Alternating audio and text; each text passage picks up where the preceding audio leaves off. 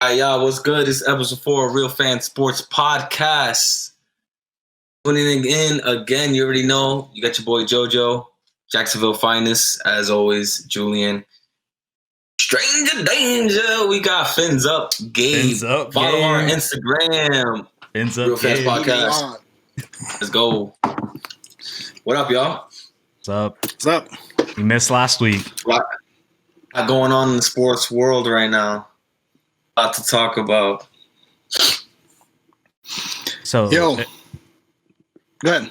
I was going to say, it looks like Gabe's got himself a little NBA mock draft. So, Yeah. We got that coming up. What is that, the 18th, right? Yeah, November 18th, NBA draft is coming up. So right now you're going to hear a lot of rumors, speculation. There's I've been seeing on Twitter a lot of signings. People are signing their coaches or GMs. Steve Nash. Steve Nash, yeah. Is he with the Facts. That's crazy. That boy recruiting his own squad over there.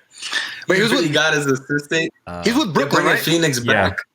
Yeah, they're basically bringing back that Phoenix team to Brooklyn with that coaching staff. Yeah, because I think Tom Thibodeau was with them.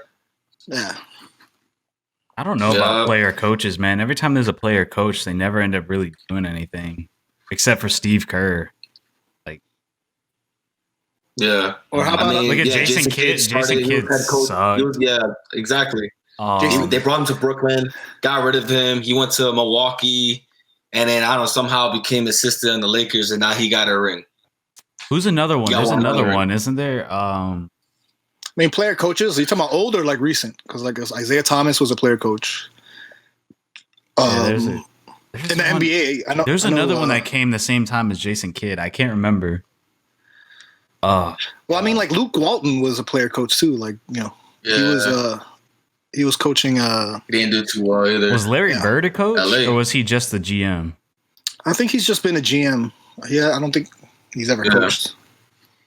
He's just been a GM. There's another one. I can't think of it. Do you feel like there were other qualified people to take over that head coaching spot? I feel like they're blackballing my man, Mark Jackson, bro. That guy. That man a coaching job. Give him a job so he gets off of TV, man. That guy is terrible, bro. I hate hearing him on the playoff, bro. I hate his voice. I love hearing this guy, bro. He sounds so dumb. Nah, I'm a Mark Jackson fan, man. All right, y'all. Like, do you think Steve Kerr did a better job coaching? I mean, obviously with the Warriors' success, but like that came literally right after what Mark Jackson put together.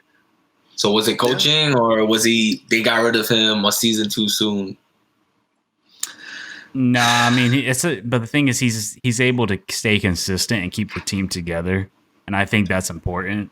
At the end of the day, I mean, he's still got multiple rings, and he was still able to beat LeBron, which is the best player in the world right now. So, who's Steve Kerr?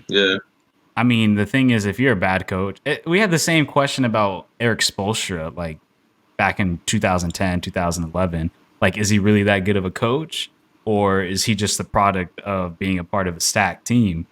I mean, you look at him now, I would say he's one of the best coaches in the league right now, even though a lot of people thought he wasn't. And that team that made it to the finals this past year was there because of coaching. Yeah.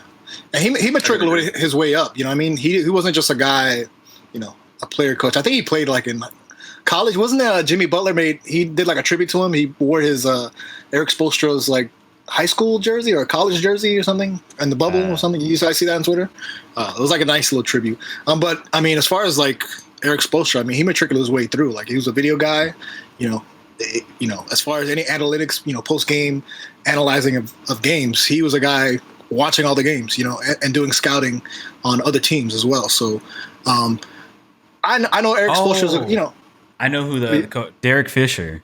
That's what I was thinking of. Derek Fisher. So like, does he even do anything? I don't know. But these guys, you know, these player coaches, they always get a bump up because, you know, they're successful, right? I always find it weird. I don't know if it's a basketball thing or, you know, if you have a player coach, you want a guy that has like kind of like the basketball smarts, right? Because it can't be all talent, right? You can't just be physically, you know, I'm thinking of like with the Marlins, like Barry Bonds. Like that guy is so gifted. It's like you're the best hitter, like probably in history, probably. And like, how do you teach average hitters like stuff that comes naturally to him? Like how do you teach and pass that down to guys who don't have the physical skill that you have? You know what I mean? He teaches them the blend that he used that he shot up his ass. he taught him that. He taught him some chemistry.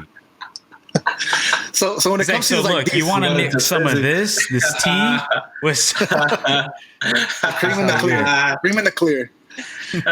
So when it comes to player coaches, I always wonder, like, it has to be smart players, guys who maybe weren't physically, they don't have the physical attributes of a Kevin Durant, of a Giannis. They're not these physical freaks, but they use thinking, and they use their mind to better themselves, even though they don't have all the skills. So I think Steve Nash, Kidd, or even a Steve Nash. Well, think about what the position they played. I mean, they played point guard. They were calling the shots. Point guard, they see everything. So they understand. It's like a quarterback becoming a coach in a way. Yeah. I mean, it's a little different, obviously, but there's a reason why all these. I mean, Derek Fisher. I mean, Steve Nash, and now Jason Kidd. Like, they're all point guards. They understand flow of the game and how it should be ran, what plays, stuff like that. So I mean, it makes sense. I think that's like what you're saying. I mean, point guards make the most sense. You're not going to have a center out there. I mean, they don't do shit except sit in the hole. Like, I mean, you don't want Shaq coaching your team. Shaq, motivational leader. Like facts. Locker room leader. That's what you're gonna have out of him, bro. Locker room leader, bro. Spark that energy. Haslam signed another year with the Heat. He did sign? I'm like, this man, he doesn't want to retire. I was just about to say that. He's not. He might as well just be an assistant coach, bro. Like, why are you like? Honestly, I made that prediction, right? So I was talking to some friends at work, and I was like, you know what? I see Haslam becoming a coach later on. So talking about player coaches, he's been with the organization for many years. In the beginning.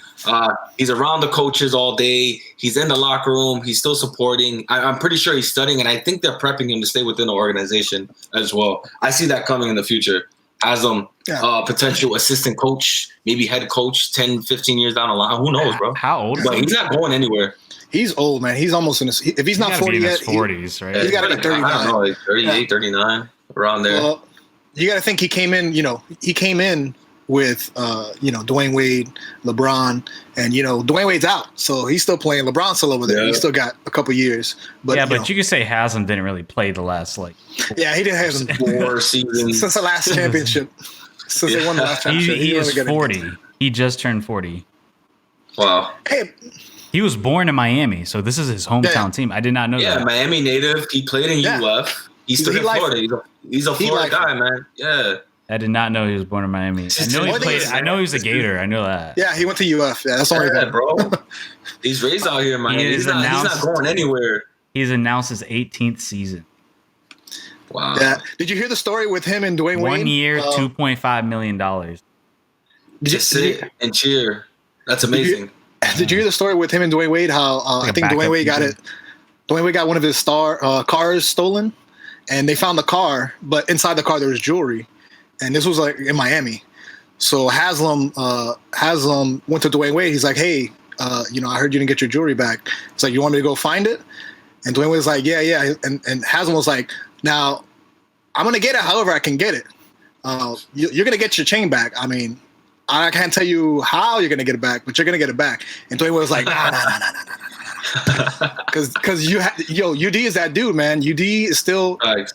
I don't know, you know what I mean? Because he's born and raised here, so he's still connected very well with Miami, with the neighborhoods in Miami. He's very. I think he has like even family that works for like Miami police and stuff, Miami-Dade County. So he's Miami through and through, dude. He's a Miami Heat lifer, and I hope they keep him. He would be a great coach, man. He's a great leader, veteran guy, even though, right now maybe he's not playing to his peak physical, peak UD, but he still has, stuff to offer to young guys, young players. And, I think that just speaks to Heat culture in general. Like, they like to keep their people, even though, Alonzo Mourning. That's exactly what I was saying. Like, they like to keep their guys from day one, from the inside, and they work their way up. And that's a family. Like you said, that's the culture. Yeah, That's they don't want culture, outsiders, bro. They rather have you work your way up. Eric Spoelstra's been there 25 plus years, like you said. Like these guys worked from the bottom to where he is now. And you know what? The Pat Riley So, stays true to that not because going anywhere. even LeBron coming in and him wanting Spoelstra out, like Pat Riley put his foot down. He's like, nah, man, like this is the guy I want. You're gonna play here. This is who I want.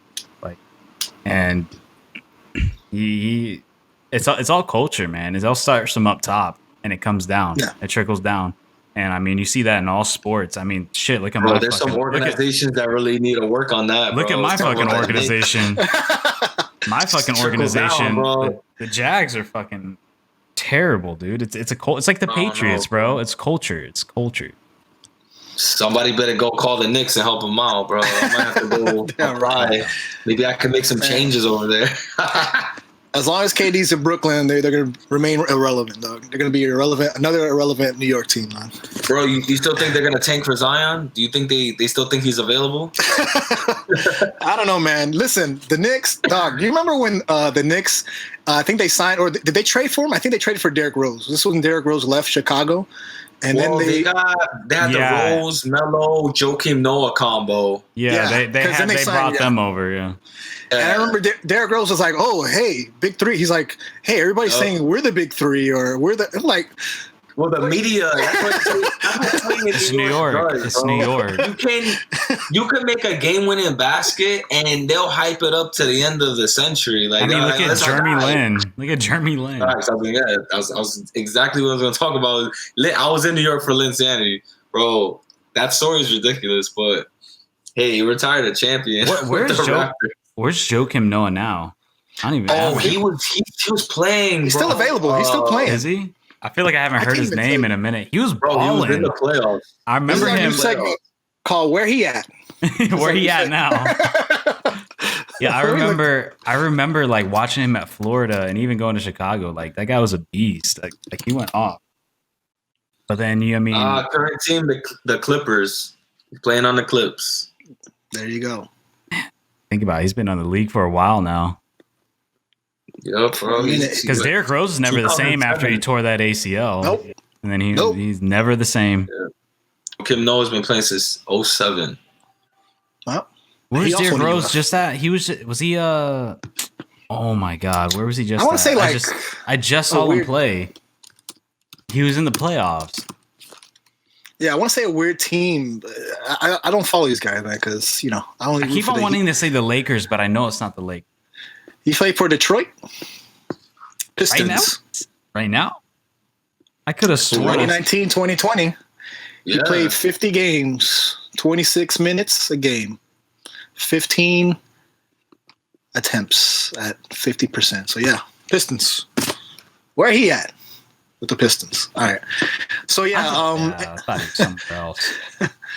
So NBA is picking up right now. We got November 18th is the NBA draft. Obviously, the biggest talk of the draft is LaMelo Ball, which is kind of. I mean, this is kind of like not really a great class if you look through the names, but also it's going to be weird with it being COVID. Like a lot of these players, a lot of games didn't get played. Especially coming up, I think teams now, a lot of the schools are like canceling their spring seasons too. Now they're saying a lot of schools are looking at basketball this spring, not being able to play. Really? So, yeah. I mean, you have football right there with the playbook, and the NBA, Yeah. and you have the NBA with the playbook. Why, like?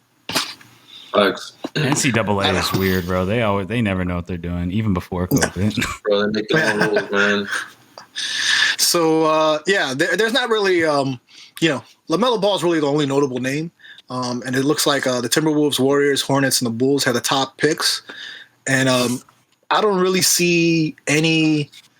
I mean, other notables. I mean, James Wiseman, Anthony Edwards, Killian Hayes, off the top of my head. Decent guys, great guys.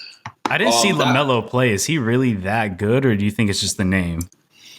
So, do you know the story, Melo? Kind of like his journey. He's in Europe. He played in Europe, from right? high school. He went immediately to Europe. European ball. And he right? played in Australia. Australia, that's right. It was Australia, and then he went to Europe or something like that. No. So he left high school, went to Europe, came back, went to the Australian league. He had his dad started his own league, Triple B, Big Baller Brand. They had their own league. It's crazy, bro. Like this guy was. I remember in high school, 14, 15, playing with all these older dudes and everything. He has his brother in the NBA. I feel like he's well prepared, in my opinion. I mean, we'll see. Like, I'm kind of those wait and see because, especially those European guys. You never know with those guys. I mean, he was a team playing with some older dudes in a professional league. I mean, yeah, but how many of those guys came back and really did something? I mean, didn't Tony Parker come from Europe? Tony Parker came from Europe, though, right? Yeah, but he's a California ball player. He knows what's up in the U.S., and he left as a teen in the middle of nowhere to focus strictly on basketball and play with professionals. Yeah. You know what I'm saying? He's not. But do you think that talent pool over in Europe is as good as a college ball talent pool? Well, that's where people, love to argue. You know what I mean? Like, I don't know how's the competition over there? Other than, you play in Spain, that's about it. I mean, that's where like the best competition outside the U.S. is. And I mean, that one guy, the only guy I can think of recently that ended up being kind of decent is what was that? His name was like Rubio. Ricky Rubio. Yeah, well, he's like kind of all right? No, Ricky Rubio's a good player. He's good. He's out there in Phoenix. He does his thing. Phoenix is up and rising team. Phoenix has been up and rising team for like 4 years now. Well, I'm only gonna say because look, they went 8-0 in the bubble, right? So you're not gonna look at them, on the downside. They're on an upward trend. Obviously, they haven't made playoffs in quite some time, but they went 8-0 in the bubble, so that's a good look. You know what I mean? Devin Booker, that is his name, Devin Booker, right? Yeah, Booker. Yeah, Booker. He balls out. I've actually seen him play live over in Phoenix. He's pretty good. Yeah, man, he's a good young kid. So that's a rookie it for the card draft. to pick up right there. I bet you can get that for pretty cheap. Let's see. I don't know. You're into cards? You sell cards? I used to do baseball. I've been looking into it recently because I feel like that's like a big market right now. Man, that's such a long game, though. Dog. You gotta wait. You gotta wait for them to like retire and go to the Hall of Fame for stuff like that. I mean, you can, but like you can flip stuff. No, because what you could do is just like, you pick up a rookie card, you feel good about them. I mean, look at the return people have gotten on like Lamar Jackson and everything after that MVP year season. If you feel like he's not going to do good next year and he's going to get figured out, you sell it for high. And then this year, he's probably not going to play. This year, he's not playing as well as he did last year. So at the end of this year, it's not going to be as much as it was beginning of this year. All right. So what you guys are saying, we got Corey Seager who won MVP, right? And I have a Corey Seager baseball card sitting right there. And how much you think I could get for that? What, $5-10? I don't know. You got probably. No, it's got to be an actual. Bro. It's got to be graded. It's got to be an actual rookie card. Like, I don't know if you got to act. Well, it's all about, when you're selling stuff, it's all about like availability, right? Scarcity. So like if these cards are available and they've printed like tens of thousands of them. Well, it's also what's important is the grade of the card. Because you have it's from a 9 to 10 scale. Package. Is it a rookie card? Though? How do you get it graded? It's there's two companies. It's dude, you can look at all this on StockX. You got StockX app? Yeah.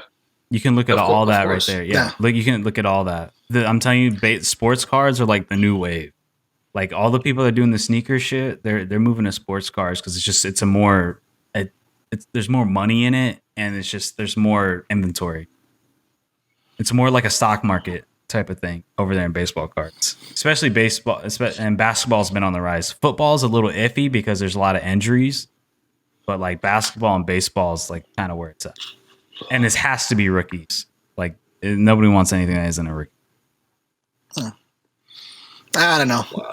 I feel like it's the same thing with sneakers. I mean, JoJo knows about sneakers. The sneaker. It's game. Not even close though. I mean, the scale of cards is way higher than sneakers. I mean, you can easily like if you invest right, you can easily make over $100,000 in like one sale. Are you talking about like people buying in bulk, or you're not people buying individual cars? If people are buying in bulk, like just a batch. Yeah, like you can buy like 10 LeBron rookies, like perfect condition. LeBron wins another chip, it rises up in price, and you can sell it and make a couple thousand. I don't know how much they're going for now, but I mean, there's like basketball and baseball cards that are going out there for like 15. I mean, sneakers don't even get close to that. I mean, what's the most expensive sneaker now? The markup. I mean, if they're not rookie cards, then you're not really making any money off it then. And But, people are buying like 20, 30 cards at a time. Well. Yeah, like you want... I can't... Let me pull it up. Like for baseball, I know you got Bowman, you got Topps. You know what I mean? There are different brands. Upper Deck. PSA. Yeah. But the markup... like, which of the ones are more valuable? I know the Bowman ones go for a lot. The like big the old school ones. Well, there's two main ones that people want. I think the big one is PSA. I'm still trying to learn it. Let me look at it now. I actually got it up. I know but like eBay and like StockX, now with StockX really happening, like for example, this is a Jimmy Butler. Like this is a Panini, that's the word. And then the company that grades it. Panini? Hey Panini, don't you be a meanie. Yeah, so the company that grades it, there's two types of grades. There's BGS and there's PSA. Those are like the two main companies people grade. All right, like, I've seen the PSA. But like this is the Jimmy Butler Ricky. So how much is the markup? Well, how's it going for? That latest sale goes for $600. That latest sale is $600. That's crazy. That's got to be so. Oh my god, who's buying that? How much inventory they got on that? Yeah, but these are all investments. I mean, you buy that now. Jimmy Butler wins 2 chips. Like that's probably doubles price. Yeah, it's all about knowing sports. It's kind of like I said, it's like the stock market, except businesses.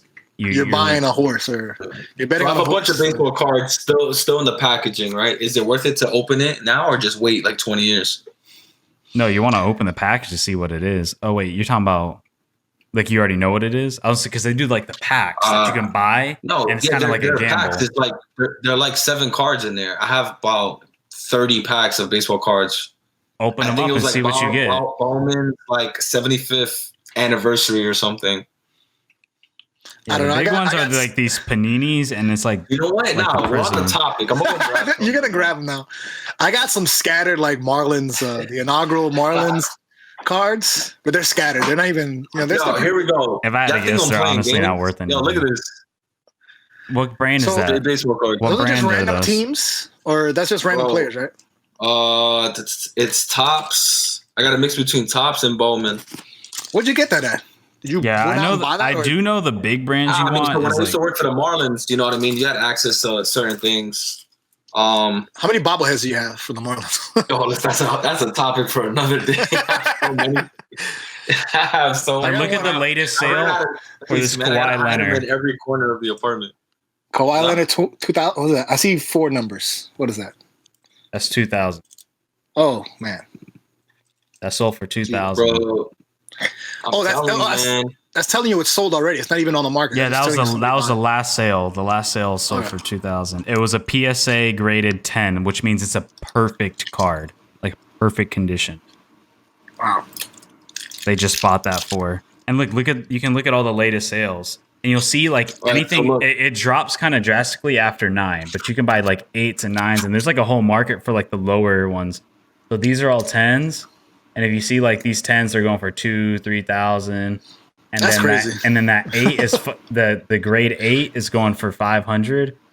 But there's people that like they work like the 8s and 7s and like make a couple $100 and stuff like that. But then when you start talking about the big money, you're talking about like 9s and 10s. All right, yo. So tell me this, right? Straight out of Miami, I got a Ivan Rodriguez, Florida Marlins card. There you go. A legend. See, we got. He played for 1 year. Is it a rookie? No, Marlins. Nah, I mean it's the card right here. No one cares if it's not a rookie. No one cares. That's when they won the championship. So championship these are cards. worthless then. Is that what you're telling me? These are Yeah, worthless. basically, yeah. All right. Well, thanks. That concludes our topic on baseball cards. You gotta have rookies. They gotta be perfect. What you can do is you can buy like these. They're kind of like a gamble. You can buy like these packs. You can buy them for like $200 or like $100, and you can open up all the packs and see what you get. And that's kind of more like a gamble. But the thing is, like, they could be rookie cards, right? But does it have value? Let's say they printed this year. What's the value in there? It could be a rookie card from this year. A rookie card from this year, like a legit like Panini Prism, like rookie that's card what I'm this saying. year. So like the rookie cards have to be from obviously the date they were drafted, right, from that year. And that's it. Because they do reprints, but there's no value in those reprints, right? That's no one cares. They want to reprint. Yeah, they could reprint rookie cards, but that's why the 2020 card. That's why the conditions. That's why the condition's so important. Yeah. So, like for example, like what a lot of people were buying last year, and what I was thinking about getting was some Trae Young rookies. You know, you buy some Trae Young rookies for pretty cheap, and if you feel like he's going to be pretty good, I mean, he's been on a shitty team, but he's been kind of balling pretty well. You think he goes somewhere else, he does well, maybe wins a championship down the road, like that could be worth something. You know what I mean? So you're kind of taking a risk. And that's where that's why basketball and baseball, like those are like the best margins, because those guys have such long careers, so there's more opportunity for them to get stuff. What makes football really weird is unless you're talking about like Tom Brady, Aaron Rodgers, like unless you're talking about like good people, or like I said, like Lamar Jackson's, I think before going into last year's season, before his MVP year season, I think you could buy his card for $30. I think at the end of that season, they were worth $150. So if you buy 100 Lamar Jackson cards, I mean, you're talking what, a 500% return? There's serious money. Like, and you're starting to see a lot of like I said, a lot of the sneaker kids, they're going to baseball sports cards because sports cards are on the rise. And there's a way more money in it. Way more. I think the sneaker game's got to be more popping, man. The markup on some of these shoes, man, is crazy. Yeah, but look, you can't even like. I'm telling you, think about it. Those Yeezys. Like, what does the Nike Yeezys go for, Jojo? Like, what, $5,000 or something like that? I mean, yeah, Red October is easy, like $8,000 right there. All right, let me pull up a Michael Jordan rookie. Let me pull up a Michael Jordan rookie and tell you how much that shit is. Yeah, but that's the thing. Scarcity is the whole thing. But right? then they make it so exclusive. But that's the thing, though. But think about it. There's not as many of those Red Octobers. There's more Michael Jordan rookies than there is Red Octobers. I see what you mean. But if he wasn't even born in that era, how you even get your hands on that card in the first place? Like, you can buy it. You can't even start investing. If you got the money, you buy it. Somebody's selling it. Bro, right now it's I'd rather buy stock, bro. Let me see. I'd rather buy stock in Nike or something. Buying stock. How much is going for? Let me look it up. I mean, it depends. If you know your sports and you do well, like, I mean, do you think LeBron's going to win another championship? Of course, without a doubt. I guarantee you, if you buy a LeBron James card right now and he wins another championship, it might go up in price. Yeah, I mean, it's probably too much to pay for right now, anyway. So let me see. I get it's an investment. You know, the value is going to rise over time. But like, if you can't even purchase the card, if it's going for like $2,000, who's spending $2,000 on that card? Dude, I'm telling you, there's people that. Yeah. I'm telling you, there's people out there. I mean, the same thing with stocks. I mean, there's people out there that put money down. You know, Gary Vee, he preaches about like baseball cards all the time. That dude is made. I mean, he was talking about like when he was a kid, he would be making $2,000 or $3,000 a weekend, going to like trading shows. I mean, that's kid like shit though. No, but was he trading like who was he selling to? But during that era, like the 80s and shit, like that was popping. Like that's like you can make serious money off that. And I mean, think about like collectibles and shit, what they go for. People spend so much money on them. Collectibles have of course, memorabilia. Yo, these big time collectors, man, they'll spend anything to get what they need. Especially these super fans out here, they don't care. They'll put the money together. Bats, baseballs, memorabilia from games, from any sport. You know what I mean? Autographed gear. So, I got look at this shit right here. Look at this shit. So this is rated by BGS, which isn't as popular as PSA. It's an 8. It's an 8. And remember what I told you when with that Jimmy Butler one? That was it Jimmy Butler, I think, or no, Kawhi, where it was $3,000 for the perfect 10, and then it was $500 for an 8. This is how much a Michael Jordan is for an 8. You're gonna have to say it. 4,200. 42. God damn. 200 for a B.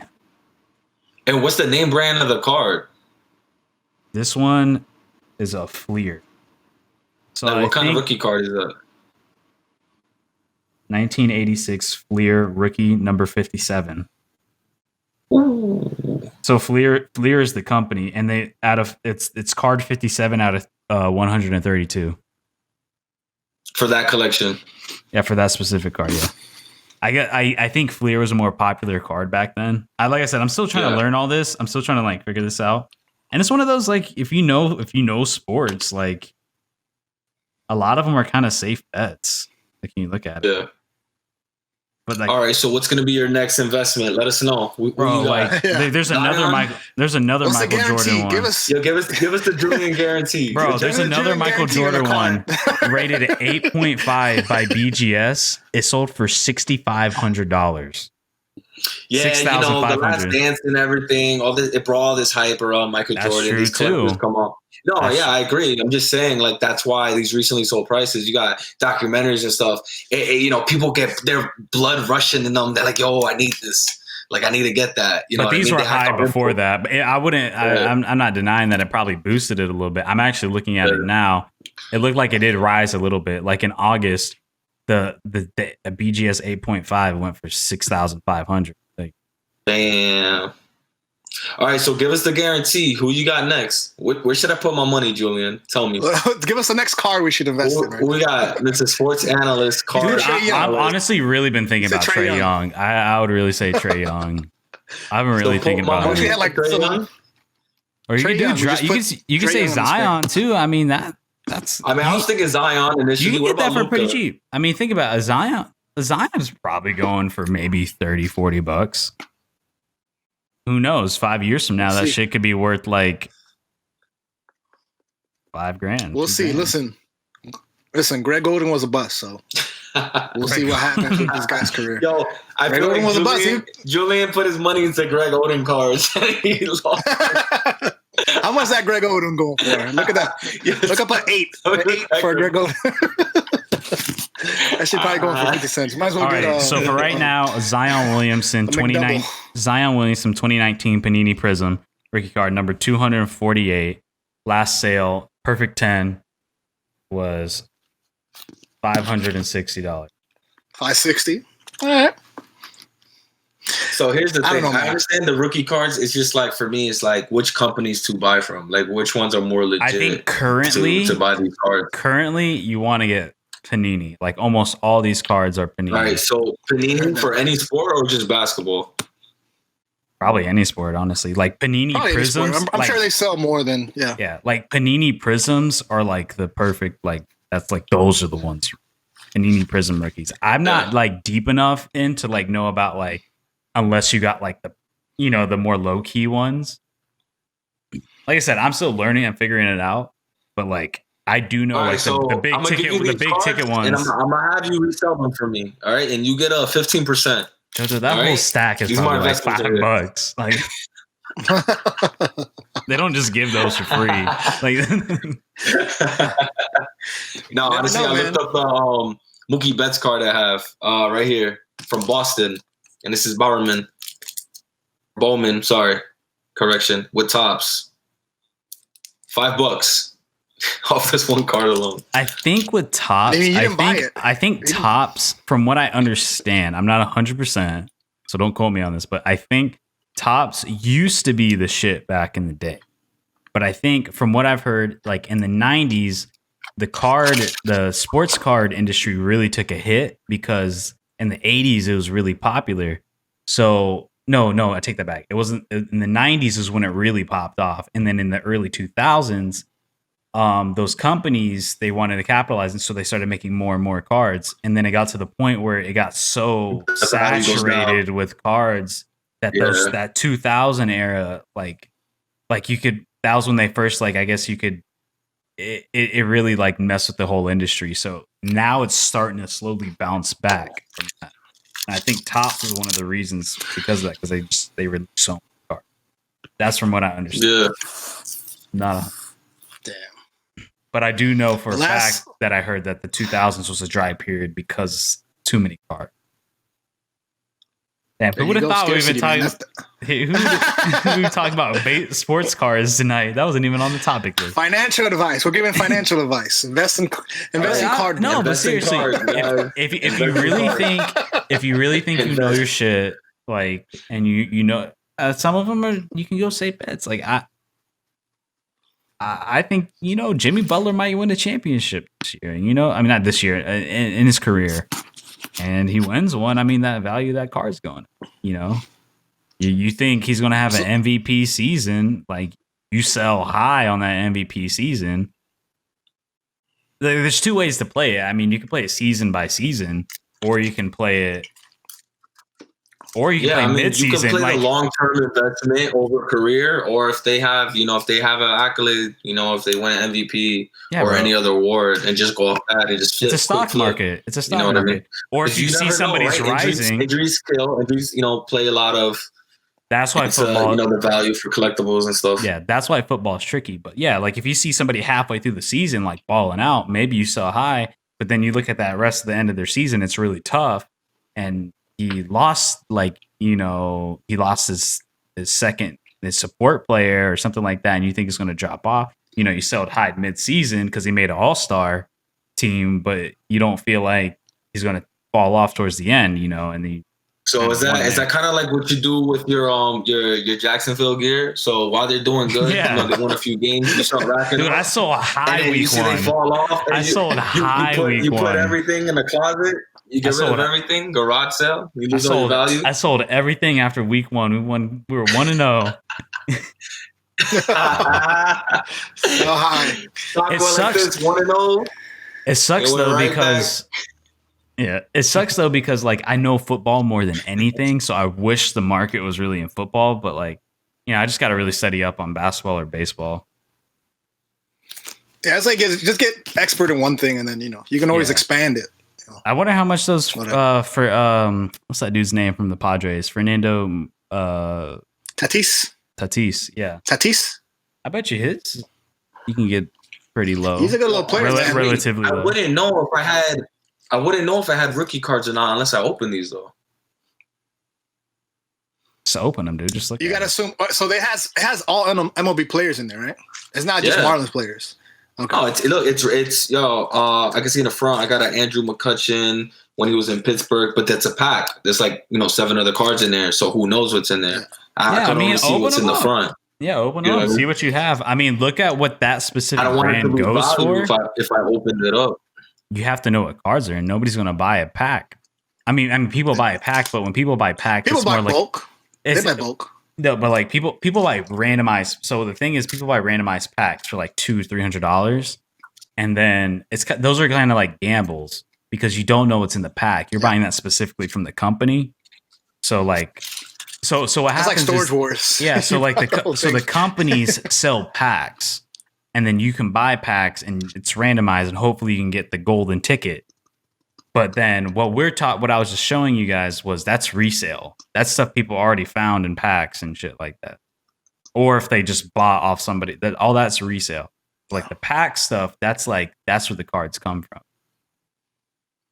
Yeah, I know. There was a guy. I have a friend. You know, because you could spend. I have a friend who was like. Go ahead. I was gonna say because you could spend like $200 on a pack. And then you hit like 2 golden tickets. I mean, you're talking about probably like $8,000 right there. Or maybe, or you can, or even 700. You can make 700. You can make double your profit. And there's I have friends. This is like outside of sports, but they do like Magic the Gathering stuff. So there's like actual like Pokemon, card games, Pokemon, right whatever. Right. So, you know, I've heard of people buying, like, they'll have like 700 cards or 1,000 cards that they're just trying to get rid of. They're moving and they're not into the game anymore. So people, they'll put it up on whatever marketplace or eBay, Craigslist or something, and people will buy, for $500 they'll buy just 1,000 cards or something. Something crazy like that. I mean, some of those Magic the Gathering cards go for so much money because you got to remember too, what makes those Magic the Gathering cards like even worth more than probably some of these sports cards is because those guys compete at high levels. So they're willing to spend a lot of money on some of these cards that are super rare that can like just that can help them beat somebody else with another deck. So like those guys spend a lot of money. And then Pokemon cards is another one that's on the rise. Those are pretty, those are a lot, can be a lot of money.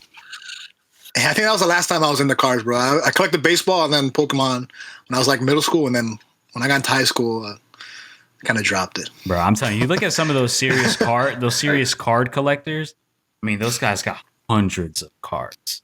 I mean, you're talking about thousands and thousands of dollars worth of shit just in cards. And that's what I was telling you. Like, sneakers don't even compare. Like, I mean, and then also, I mean, think about it, just a stack of fucking cards like that can be $15K easy. And this even one card alone can be $15K. I mean, I think I took enough financial advice from the Jacksonville fan over here. So, all right, we're gonna get into some NBA free agency here. But that was actually very informative, dope. I hope my cards are worth something. I'm gonna have to start opening them up. You never know. I get that rookie card, you're gonna be mad at me. And mind you, everybody listening, I am a dumbass. I don't know that much about these. I'm learning these, so don't quote me on it. I am stupid. He said Trae Young. Trae Young. The money's Trae Young guaranteed. Trae Young. He said Trae Young is going to the Hall of Fame. That's what I heard him say. Buy low right now. Buy Trae Young. $100. $100 Trae Young card. Hold it for 6 years. Yo, so more NBA talk. Obviously free agency starts November 20th. People can start signing November 22nd. One of the biggest things in news, JoJo, I want to talk about your Lakers because your Lakers, besides having a bunch of free agency, I know what's his name, Anthony Davis. Right now is technically he's a free agent or he's a restricted free agent. I don't know. He's a free agent, but I kind of expect him to re-sign with the Lakers. 100%. And they're going to pay the man. They're going to pay the man too. So they should. He's a closer, dog. Like LeBron said, he's going to take a back seat, chilling this season. Yeah. That's AD's team. He's getting a little old. He's like, I'm going to be cherry picking this season. They already talk about LeBron going on maintenance already, like from the jump of the season, because I think season will start in December. Yeah, good playoff time. That's the most important time, right? The regular season game are to get you, build the chemistry, get you to the playoffs. Once you're in the playoffs, that's it. That's goal time. You know what I mean? I'm pretty sure LeBron will be fine. He's not really going to slow down, but maintenance is key. This man is going to be in his 18th season, and then they're only going to give him like 2 months off, 2-3 months off. So like at that age, with all his minutes, and everything, his playoff runs, he went to 9 out of 10 finals. Like, this guy's got some minutes under his belt. So if you add just his playoffs, he played a full season just in playoffs. If you just add up all his playoff minutes. Load management. I mean, Kawhi's been doing load management, so I think LeBron deserves some load management. So I mean, like, this guy makes it part of the playoffs every year. Well, what's the salary cap looking like this year? Are they lowering it? Like, how's that? You think it's going to affect his contract? That max? I think they're keeping it the same. From what I've been seeing, the NBA is just re-signing. They've had negotiations. I think they signed something to extend negotiations, so the Players Association with the league, with the owners. So I think they're kind of extending their contracts just to keep everything the same for now, and they'll continue negotiations as they get closer. So they signed an extension, but there's not really any change. It's just, hey, we're going to give ourselves more time to negotiate the specifics of whatever player-owner agreements they have. So I expect it to be the same or close to the same. It's not going to be an increase or a decrease. Probably about the same. Mm-hmm. I'm curious how that's going to work. I'm really curious how that's going to work.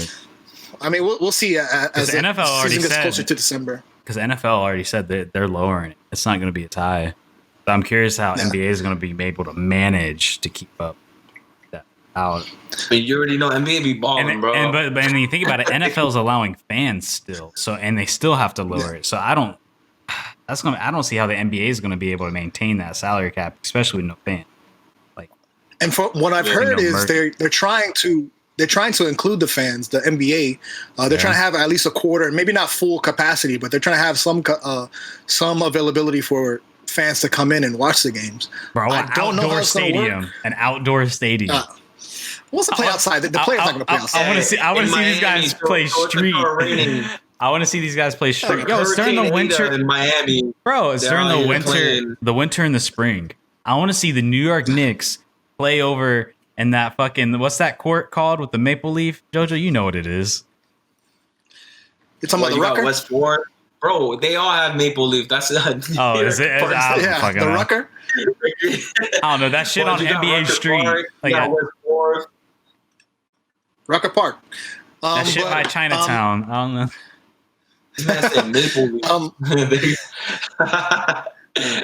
So I don't know what's going to happen with the NBA because, you know, the last thing I heard was they were expecting to do a same thing with the bubble. They're trying to have a bubble experience, same thing as they did this, but kind of spread out is what I heard. I haven't seen any updates on what they're going to play. So I don't think they're going to go back to Orlando, but there's supposed to be some kind of bubble situation going on. And they're not going to cross. They're trying to do like East and West. And they're not going to do a lot of crossover between the conferences is what I heard. But speaking back on the Lakers I heard are interested in DeMar DeRozan. Yep. I think he's still he's available through trade. Yep. And I wonder what JoJo thinks about DeMar DeRozan being added to his championship Lakers. All right, so I think you think first what they're going to give up, right? What they're willing to give up, and what the Spurs is willing to accept to give up their star player. Technically, DeMar DeRozan, that is their star player. Traded Kawhi for him. I mean, too bad they didn't make the playoffs this season. They had one hell of a run. But honestly, if I'm the Lakers, bro, it's who you getting. You're getting Danny Green. Danny can't hit a 3 green, and you're getting Kyle Kuzma, right? I think that's who they're gonna give up for DeMar DeRozan. Maybe they'll add a pick or two in there as well. Maybe the Spurs have to start again. Refocus, start young. Through some drafting because I don't really see them. I mean, we all know they're a solid team, great coach, great organization, but I don't know, man. I'm not feeling too confident about them. So. Yeah, but I think Danny Green and Kuzma, and maybe a pick or two for DeRozan. I mean, how do you feel about that? I think Kuzma's he's a pretty good player. I mean, I think that's the one thing with these trades, especially when they're restricted in their trades. Like, if you want a good player and he's still under contract, you have to give up good players. Yeah, so, exactly. So how do you? Yeah. I mean, like I said, well, you got back-to-back champ Danny Green now. He won in Toronto, won in LA. He missed some clutch moments, but he's still a good player. And Kuzma, young talent. But did he really show up in the playoffs? I mean, he had some moments, but he had some minutes. You know what I mean? A lot of forced shots, bad shot selection. We all know he could ball, he could score, but I mean, that's just how I was feeling in that playoff run he had. And I don't think they mind giving him up. We've seen the Lakers in the past. They'll give up whoever to get what they want. So I don't think they mind giving up Kuzma at all, to be honest. You still got Rondo there. You got centers, you got size. KCP, he played better than Kuzma in that playoff series and in the finals. So, yeah. You know what I mean? So speaking of trading people for valuable pieces, let's shoot over to the Houston Rockets, where over the weekend, there was a lot of Twitter fingers over James Harden and Russell Westbrook. And they're saying that they're kind of on the outs with the new management because, as you know, I think Daryl Morey left and he's now with the 76ers. So they have this new guy, Fertitti, I forget his name.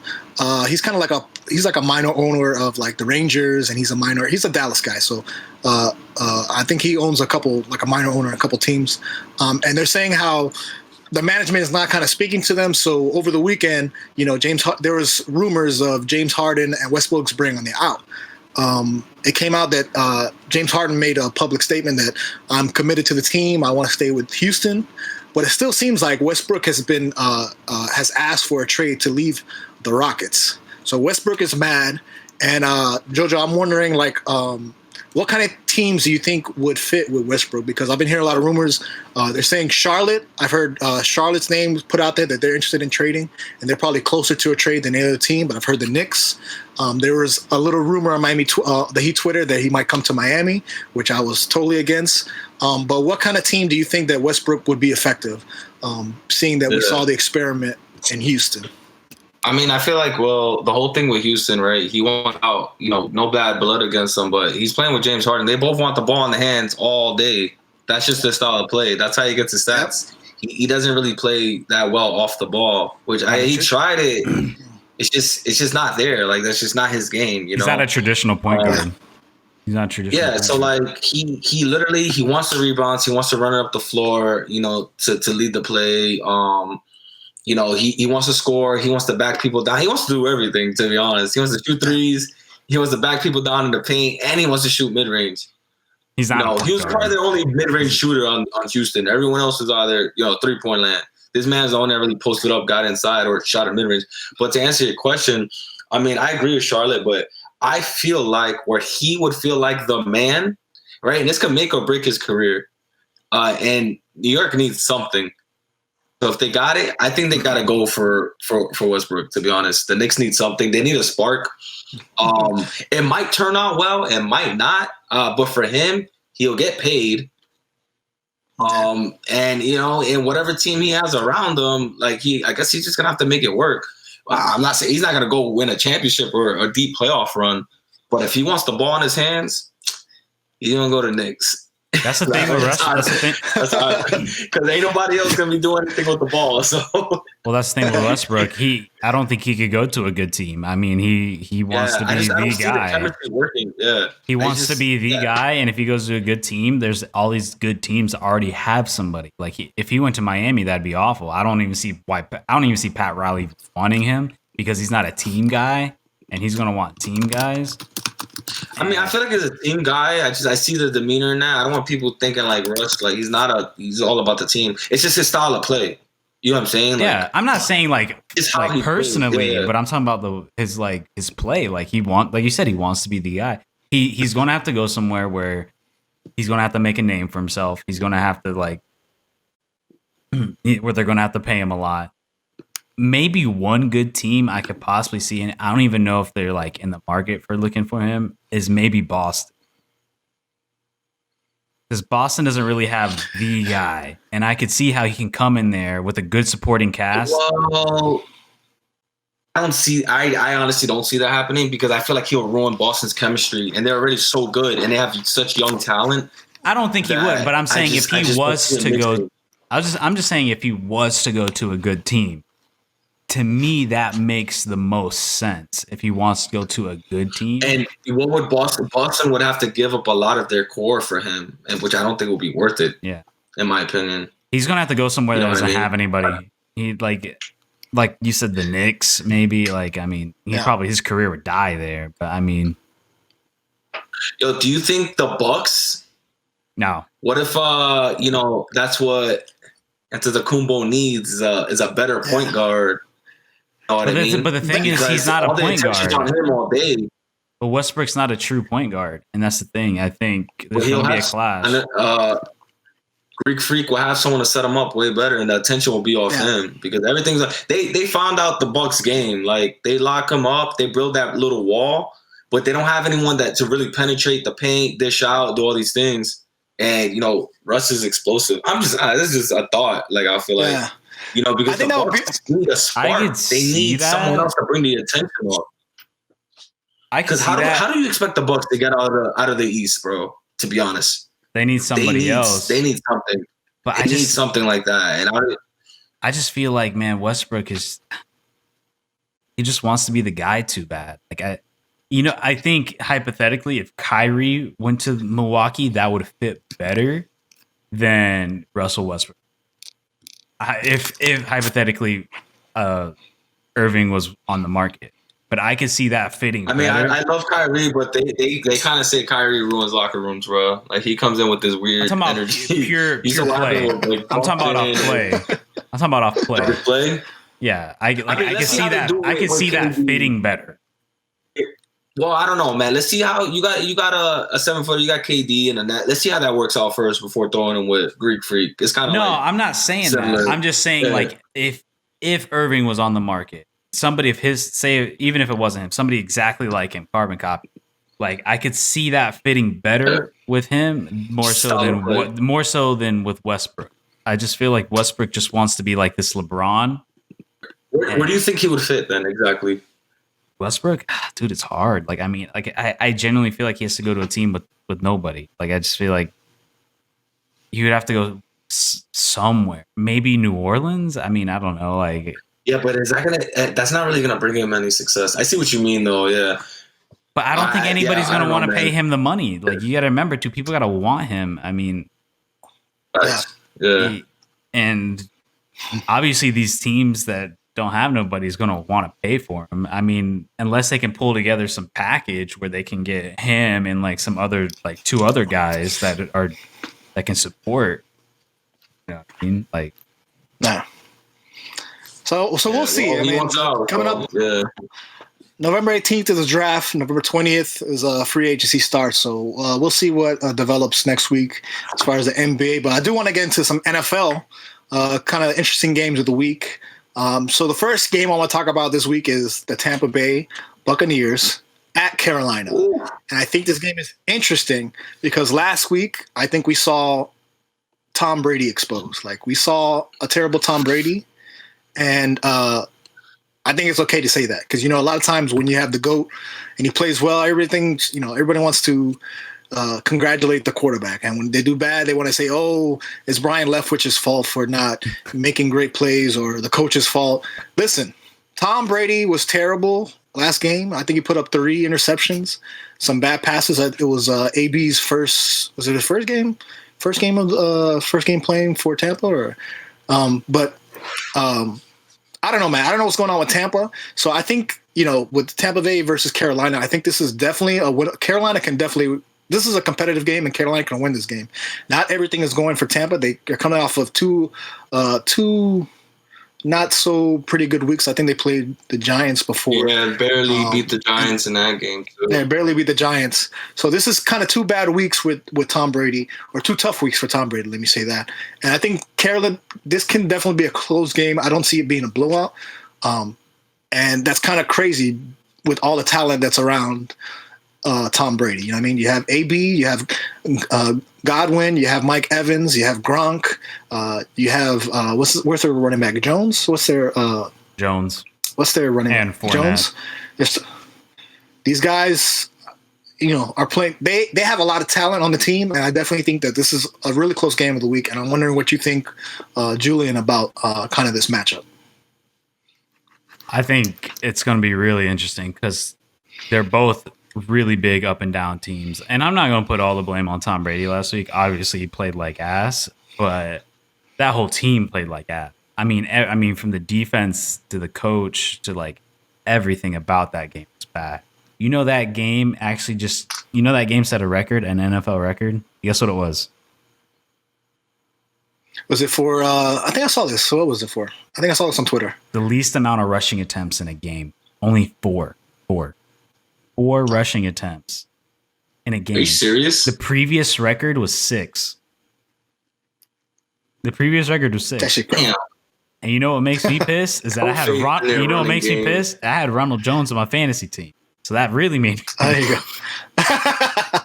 But Carolina, I mean, they put up a huge fight against Kansas City. I mean, you had Christian McCaffrey. He came back. He lit it up. He played pretty well. He was balling. But now he's ruled out again. I just saw he's ruled out again. He's supposed to come back against the Panthers. But he came back. But Mike Davis is not bad. Yeah. Mike Davis is not a bad backup. Carolina's a good coach team. They lose close ones. I think if they had somebody better than Bridgewater, I mean, Bridgewater's been playing all right. He's playing average. He's playing like he's a game manager. He's all right. And Carolina, you don't know what they get, and you especially don't know what you get out of Tampa. Like, you might get a dominant team like you saw against Green Bay, but then you might get like a piss poor team like you saw against this past week against New Orleans. So it's a weird. I really don't know. Where's this at? Is this at At Carolina. At Carolina, I could. Man, Tampa on the road. What is that? Tampa? Yeah. No, I'm saying Tampa's on the road. It's at Carolina, so Yeah. Tampa's coming off 2 bad weeks. If they had McCaffrey, if they had him, I would give it to Carolina. But I do think that they're gonna bounce back and really like get it together. They just have that team has a really bad chemistry problem. Like between defense, between the coaching and Tom Brady, between the wide receiver, like the offensive coordinator, like some of the shit they call, like it makes no sense. Like, so who are you picking this week? Who do you got? I'm gonna go with Tampa because Tampa is the better team. They are the better team. I think they'll bounce back against New Orleans, but I do think it would be close. I'm going 27-24 Tampa. Ooh, he said 27-24. I'm gonna put this down. Write it down. I'm typing. I think, but don't be surprised that Carolina wins this game. Do not be surprised. And I think if they had Christian McCaffrey, I would almost guarantee that they would win that game because I think Tampa. Guarantee. Yo, listen. But the thing, Carolina balls out against good teams. I mean, for some reason, like when there's games that they should win, like against Atlanta, like when against Atlanta, like they should have beat Atlanta. Like Atlanta's not good. But then when you go against the Kansas City Chiefs, that game goes neck and neck and then ends up 33-31. So yeah. It's weird. You got two teams that you don't know what to expect. But if I had to guess, I'd probably go Tampa because I think they're going to bounce back and they are just the better team. You're going to create adjustments. I'm going to go for Carolina this game. Carolina, listen, Carolina had, I think they had a crazy, like, end of the game win. I saw some video of, like, Teddy Bridgewater smiling on the sideline. Their kicker, I think their special teams is a little bit better. And Carolina, I'm going to go for Carolina, man. I think if it's one of these things, like, if Tom Brady plays well, then Tampa Bay's probably going to win. But as of today, you know, there's no excuse for Tampa to lose, but I see Carolina giving them a tough game, and I got Carolina winning this game. Jojo, who you got? I'm looking at the odds. Curious. I mean, you know, a lot of teams look good on paper, right? You can see all these big names like in Tampa, but if you know they're not performing to expectations, you can put all these squads together. But I mean, it's a tough one. You know, both valid points on the sides, but I do feel like Tom Brady's going to bounce back with that team. And like you said, overall, the whole team played bad last game. And I don't think 10, right? I think you're bad enough to do it 2 times in a row. You know what I mean? I feel like, especially if you're on the road, right? You know, you're not gonna want to keep your head down, right? You're gonna have to change the energy, change the tempo, and pick it right back up. So I'm gonna go with Tampa. All right. Next game of the week, I think is a pretty good game that I'm interested in is Buffalo at Arizona. Obviously. We're coming off a crazy weekend with Tua v. Kyler Murray. By the way, real quick, game. The spread on Tampa, Carolina is -5.5. Tampa as a favorite. Ooh, that's pretty close. That's a touchdown. It's a touchdown or 2 kick field goals. Okay, so Tampa, they got Tampa winning by two field goals, which says it's pretty close. But all right, so.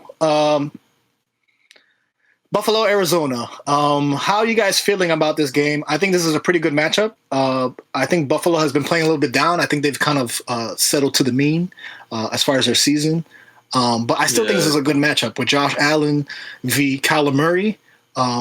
I think Arizona, the team, you know, their offense and their defense is a little bit on the rise, and Buffalo's a little bit on the downfall. But I think this is going to be a fun matchup to watch. And that's the point I was going to make. I feel like, you know, Josh Allen, like, you start off great, but they're on the decline while Kyler Murray and Arizona, they're on the rise right now. They're trying to say Kyler Murray is better than Lamar Jackson right now. I don't know how you guys feel about that. 100%. Kyler Murray's a way better thrower. Way better throw under pressure. I think Kyler Murray in a couple years, you give him a couple experience. This is his second year. You give him more experience, and if he can make a push, listen, he has fucking Hopkins is a great acquisition to the team, and you got great running backs. I think Kendrick Drake was hurt this past weekend, but you got a great team, a great setup, for them to make a playoff run. And I think Kyler Murray is like Russell Wilson 2.0. He's Russell Wilson without playoff experience. He's faster. Yeah. I think so. Yeah. He can throw the deep ball. He can scramble around. I think he's the next coming of Russell Wilson, like I said. And this should be a fun match. I think in this game, I'm going to give it to Arizona just because they're at home, and I'm just going to favor the home team on this one. But this should be a fun game to watch. Yeah, 100%. I don't see Buff coming out of this one. Yeah, I think Arizona's just getting better. They're getting better and better each week. They're getting more consistent. Buffalo is becoming more inconsistent. Like, they started off strong, but now you don't know. I mean, they're going to keep you in the game, but they weren't looking as dominant as they were. Josh Allen, he's been playing pretty well, but the defense is really falling apart over there. I mean, they're allowing so many points, and it's just one of those where Buffalo, you don't know what you're going to get, and I think Kyler Murray's just been playing better and better. And to JoJo's question, I think Kyler Murray is 100%. He's going to be a better quarterback, and I think he has been a better quarterback this season than Lamar Jackson. I think Kyler Murray's been great under pressure. His accuracy's been great. The power he puts on that ball is insane. And he's a better thrower while he can also run at the same time. And I feel like when you force Lamar Jackson to throw, he makes mistakes and he just doesn't play that well. I mean, you saw that against Pittsburgh. I mean, he looked terrible against Pittsburgh. I think he's been kind of figured out a little bit. Not to say that Lamar Jackson's going to be bad his whole career, but I just see Kyler Murray he has it. Like, you look at him like this guy's good. Like, this guy's Who you got? You got Arizona this game? Buffalo, Arizona. This is really close. I'm rooting for Arizona. I'm gonna go Arizona. I think they're gonna. Arizona? I think Buffalo's gonna allow too many points, but they can keep it. I'm gonna go Arizona. It's really a toss up. I mean, like the Vegas odds on this, plus one. I think Arizona has an indoor stadium. Yeah. Plus 1.5 Bills, minus 1.5 Cardinals. So Vegas has it. They don't know. Close. They don't know. And that's super. I'm gonna go Arizona. Yeah, I'm just going with the home team. I like Kyler. JoJo, who you got? And you're on. I already went Cards. Cardinals? Yep. All right. So we all got Arizona on that game. All right, next game that I think should be pretty fun. Seattle at LA Rams. Boy, Rusty Wilson. Yeah. Listen, Seattle, they have a terrible, pass defense. Their defense is not the same. This is not the same Legion of Doom. They're giving up way too many points. I can say that. Way too many points. They're the worst in the league. Offense is keeping them in, bro. They're the worst in the league. Keeping them alive. They pick up that defense, slack hits over. But until then, we're all going to be worrying every game. Like, yo, how many points are they going to give up?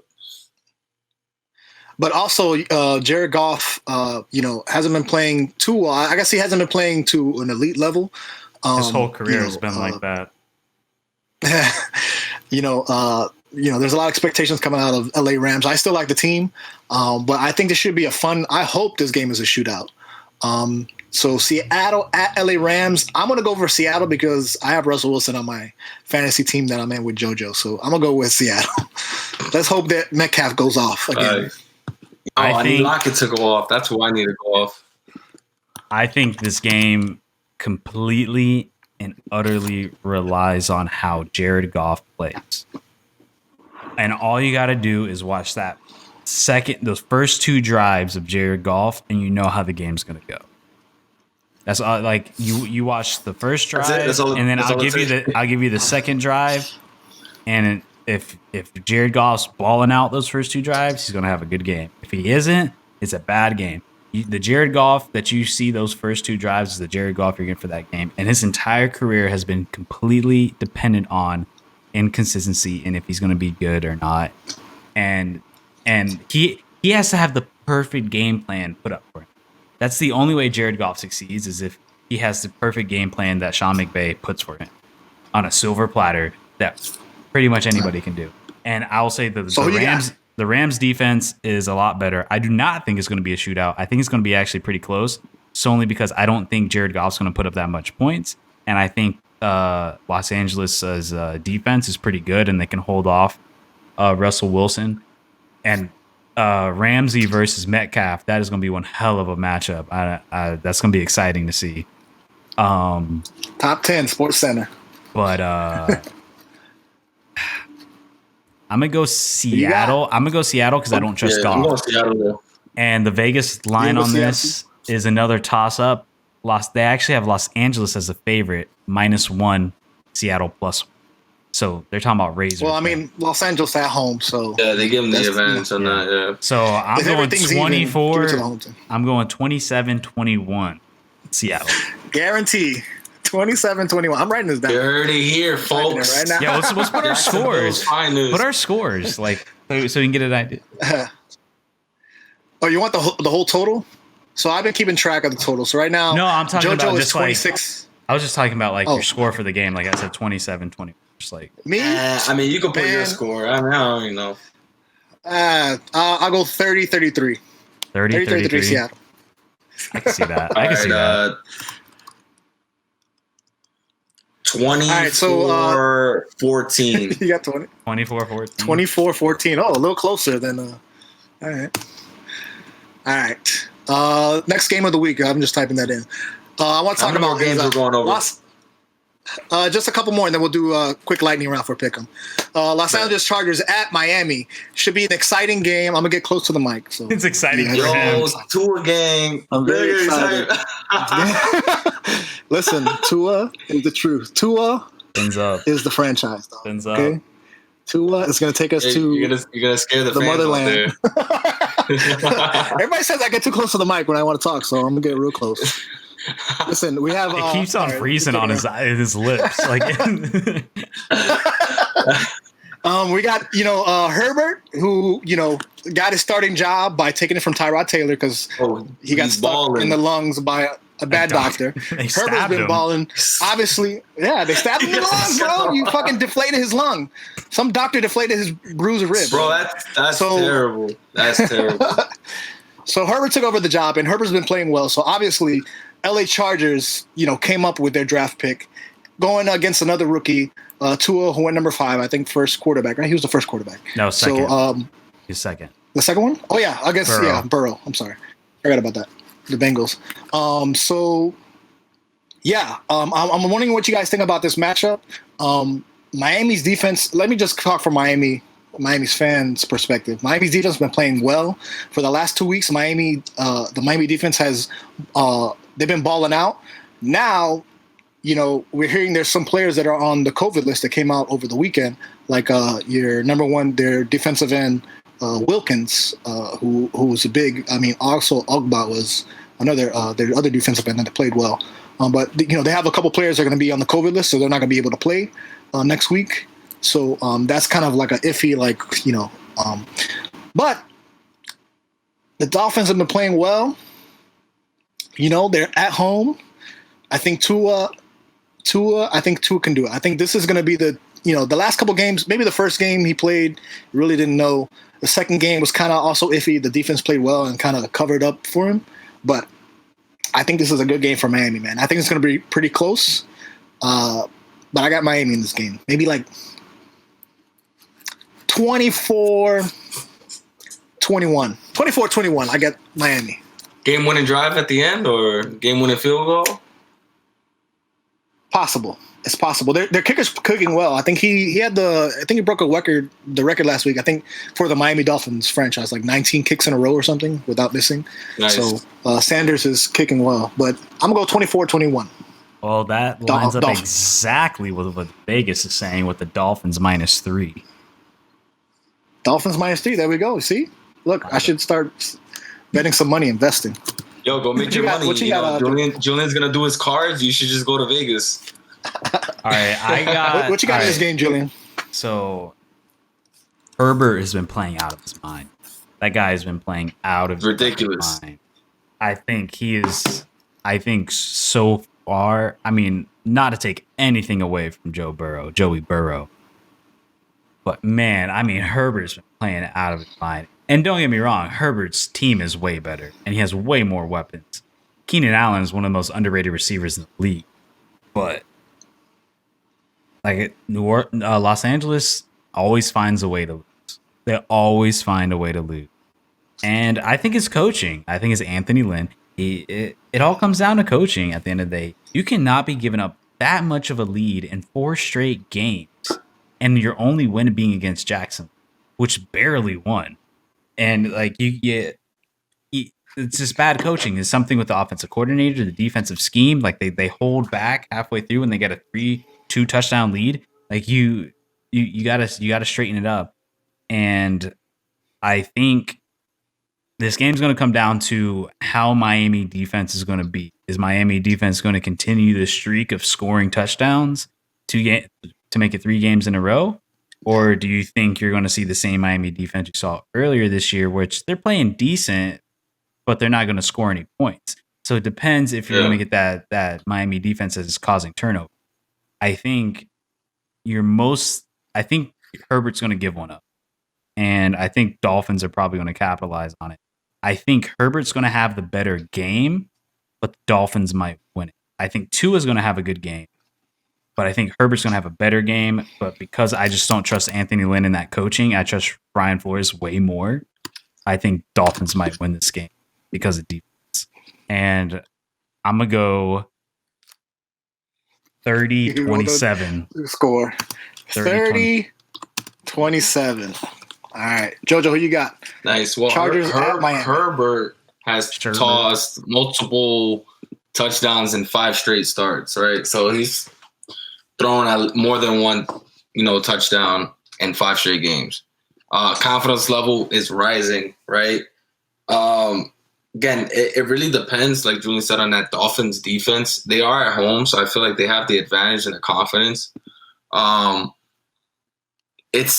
It's tough, but I gotta go with Herbert, man. I think they're gonna get the W. They might. I'm a toss-up. I think they're gonna get the W. I think it's gonna be because close. Offense, they're not. We know they're not that consistent. But if that defense is there and they're ready to play, they can control the outcome of the game. So, yeah, I'm not gonna go with the Dolphins on this one yet. And Tua might play a great game, but I don't think they're gonna win it, to be honest with you. And to JoJo's point, I think Herbert is gonna have a chip in his shoulder because he's going against the team that passed on him and took another quarterback instead. And he's gonna show them what's up. And he's probably gonna play a little bit harder, saying like, "Look, this is what you missed over here." You know what I'm saying? So he's like, he's been balling, man. He's dropping TDs. Like that's not an issue. Gabe's getting nervous. He's getting sweaty. He's a good quarterback. Listen, he's a good quarterback. He was a great pick. So if you're a Chargers fan, like you got a player in fucking Herbert. So as long as the kid is good. This should be fun. Just like last week was fun when they played Arizona. Like this should be. Hey fun. Man, you got 2 rookies out here, bro. It's gonna be a great game. It's gonna be really good. I hopefully it's closer. I'm watching that all the way through. But I feel like it's gonna come down to the end. I think it's gonna come down to the end. It's a 4:00 game, so I'm definitely watching that. Damn, the 4:00 games are good. Holy shit. Yeah. So let's go through lightning round. So no discussion on this round. We're just gonna go through the rest of the the picks for the week. Mind you, we've been keeping track of all the picks for the week, and JoJo is 26-18. I am 28-16, and Julian is number 1. He's just 1 game above me, 29-15. So this guy's we're pretty close. But let's go through the rest of the week. NFL pick'em, lightning round, no discussion, just pick'em. All right. So we're gonna go Houston at Cleveland. Who you got, Julian? Cleveland 21-17. Oh, my man's putting scores down still. Okay. I like scores. It gives me. I don't know. We'll see. I like scores because it gives you an idea how I feel about the game. All right, who you got, JoJo? Oh man, bro, I give up on Cleveland, bro. I don't care if they're Cleveland's favorite -3. Cleveland's favorite -3. If that persuades you. I'm going Houston. I'm sorry. I'm gonna split. I'm gonna go Houston on this one. Oh, All right, God. Washington at Detroit. The Washington football team at Detroit. Who you got, Julian? Detroit 24-14. Yo, Matt Stafford's gonna put up Said that with points. confidence. Said that Matt with Stafford's Who you confidence. got, gonna put up JoJo? points. I gotta go with Stafford in Detroit. You didn't go with Detroit? I'm gonna go Detroit too. I don't like this Washington football team. Not They've like been them. playing pretty well, but I had to switch off Jacksonville for fantasy too. I'm like, nah. here you go. Jacksonville at Green Bay. You know what? Oh, I'm gonna that's stick with my man. easy. Yo, don't even go for Green Bay, bro. If you go for Green Bay yeah, take that hat off. But I'm going Green Bay. You can't go Green Bay. I can't go Green Bay. He's trying to fuck up my record. can't go- He's trying to fuck up my record. Nah. Who you got, Julian? Green Bay. Jacksonville at Green Bay. It's going to be like 35 Yo, to I like open up 21. every episode. I open up Jacksonville's finest, and you're gonna go against your home team. You're not a real Dude, fan. I can't. I got to keep my record. Mind you, here's the Vegas odds on this. Minus 13.5 Green Bay. They have Green Bay winning by 2 touchdowns. All right, Philly. The Philadelphia Eagles at the Giants. Who did you pick, Julian? I'm picking Green Bay. I have Aaron I'm Rodgers. going 30. I'm going Oh. 35-21. Listen, I picked Jacksonville one weekend and they lost, so I'm not picking them ever. You can't pick Jack. You can't They pick Jack. better not win. They better not win. I want that number 1 pick. They better not win. Oh, here we go. The Eagles against the Giants. Eagles in New York. Yo. Honestly, I'm not a Giants fan, but they love these games for their bragging rights. Yo, I'm gonna have to go Giants on this one. Just all right. They'll make their whole season if they win this game. They don't care. I'm going They Giants. can lose every other game. I'm going Giants 17-14, and I want the Giants to win. Eagles are favorite minus 3.5, but I want Giants. I'll take that 3.5 over all day. I'll make bread. I got Philly, and I hope it's a tie. All right, Cincinnati at Pittsburgh. At Pittsburgh. Yo, Joe Burrow, he's gonna get rocked by that defense, boy. Chill. God. Pittsburgh winning that game. It's gonna be undefeated. It's gonna be a obituary at the end of that game. It's gonna be a post-mortem. This man's gonna be dead. I think Pittsburgh's last schedule week these next few games easy, bro. They're winning unless they pull an upset. Which one of these games it might happen, but I don't think it's gonna be next game. I don't see it happening. But I'm going Broncos at Raiders. Damn, you didn't even ask my pick. I did. You said Pitt. Yeah. I didn't say anything, but yeah. I already knew, bro. I already know. Yeah. Broncos at Las Vegas. Las Vegas Raiders. I got Las Vegas. Broncos. Nah, we're going Broncos out here. Did you see that last game? Did you see that? San Francisco at New Orleans. I'm going New Orleans because San Francisco is just too beaten up. They got nobody on their team. Listen, New Orleans just dogged Tampa, and they're feeling very good about themselves. They're at home. So, no. New Orleans. All right, Baltimore at New England. I'm going Baltimore because New England's a lost cause, bro. I'm sorry. Bro, they barely beat the Jets. Joe Flacco almost took their ass. I wanted them to win so bad. It's like, come on. Yeah, I'm going Baltimore. 7.5. Going Baltimore. All right. The final game of the week, I think this is Monday Night Football. Minnesota Vikings at Chicago. I think I'm going to go Chicago on this one. Chicago defense too good. The Bears. I'm going to go Minnesota. I think Dalvin Cook's going to take off again. I think Dalvin Cook's going to take off again. Think so? And that's our picks of the week. What happened to Kirk Cousins? Like, that man just God, I don't know what happened. He was a Pro Bowler, and then he just, something. I don't know. That's our picks of the week. That's we'll see. We'll preview. Hopefully, if you guys tune in, hopefully I'll get JoJo that login. That's right. So I can finally start tweeting. So we are on Instagram. Fingers. Oh, you didn't get it? What's if our anything, Instagram handle? I can send it to you. Yeah, send it to me so I can. That's right, guys. I'll be tweeting live games. We'll be live tweeting on Sundays for these games. Stay tuned for our reactions, polls, and this concludes our episode number 4. Thank you guys for tuning in and listening. This is Real Fans Podcast, Real Fans Sports Podcast. Follow us on Instagram, Real Fans Podcast. We really appreciate that. Also, our Twitter. Let's get it. See y'all next week. See ya. Got polls coming up.